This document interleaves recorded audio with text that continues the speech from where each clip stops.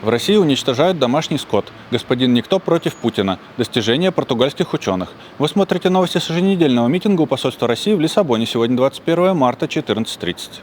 15 марта на YouTube-канале «А если честно» вышло интервью фермеров Светланы Паниной и ее мужа. Светлана рассказала, что в селе ввели карантин, говорили о пастереллезе, вакцинировали от ящера, при этом даже не показывали анализы. Панина утверждает, что в ее отсутствие на участок вошли ветеринары и силовики и уничтожили весь ее скот – 40 коров, 150 овец, а также коз, верблюдов и свиней. Она утверждает, что животные были здоровы, а действия властей незаконны. Посмотрите, это похоже на серию секретных материалов. 13 марта, по словам дочери ветеринарного врача поселка Новопичугово, ее мать уволили с формулировкой «профнепригодность» за то, что ей стало плохо после того, как ей сообщили, что ей нужно идти на ферму усыплять скот. 16 марта документальный фильм «Господин Никто против Путина», созданный американским режиссером Дэвидом Бернштейном и педагогом из уральского города Карабаш Павлом Таланкиным, получил «Оскар».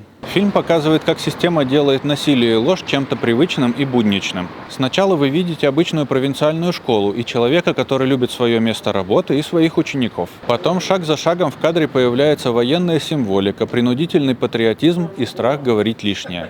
Впечатлениями от церемонии Павел поделился на YouTube-канале The Breakfast Show. Когда мы становимся соучастниками, когда правительство убивает людей на улицах наших крупных городов, когда мы ничего не говорим, когда олигархи захватывают медиа и контролируют наше производство и потребление, мы все сталкиваемся с моральным выбором. Но, к счастью, даже никто может быть гораздо сильнее, чем вы думаете, сказал в своей оскаровской речи Дэвид Бернштейн. «Я маленький человек, я ничего не могу», думает каждый. Мы здесь тоже небольшие люди, такие же, как и вы. Но мы выбрали не мириться с происходящим, показывать вам, что происходит и что мы против. Присоединяйтесь. 13 марта издание «Обсервадор» рассказало, что португальские ученые устанавливают в чилийской пустыне Атакама солнечный телескоп «Поэт». Он должен помочь лучше изучать Солнце, звезды и экзопланеты. Телескоп разработала команда Института астрофизики и космических наук с участием специалистов из университетов Лиссабона и Порту. 18 марта издание Tec Noticias рассказало, что Португалия готовит группировку из 12 спутников Лузиеда для улучшения морской связи и повышения безопасности судоходства. Они будут работать с новой системой ВИДЕС, которая должна разгрузить устаревающий и менее безопасный АИС. Напомню, что у нас есть хорошие агрегаторы португальских новостей и предложения о работе. Сам пользуюсь. Смотрите на нашем сайте adarel.pt.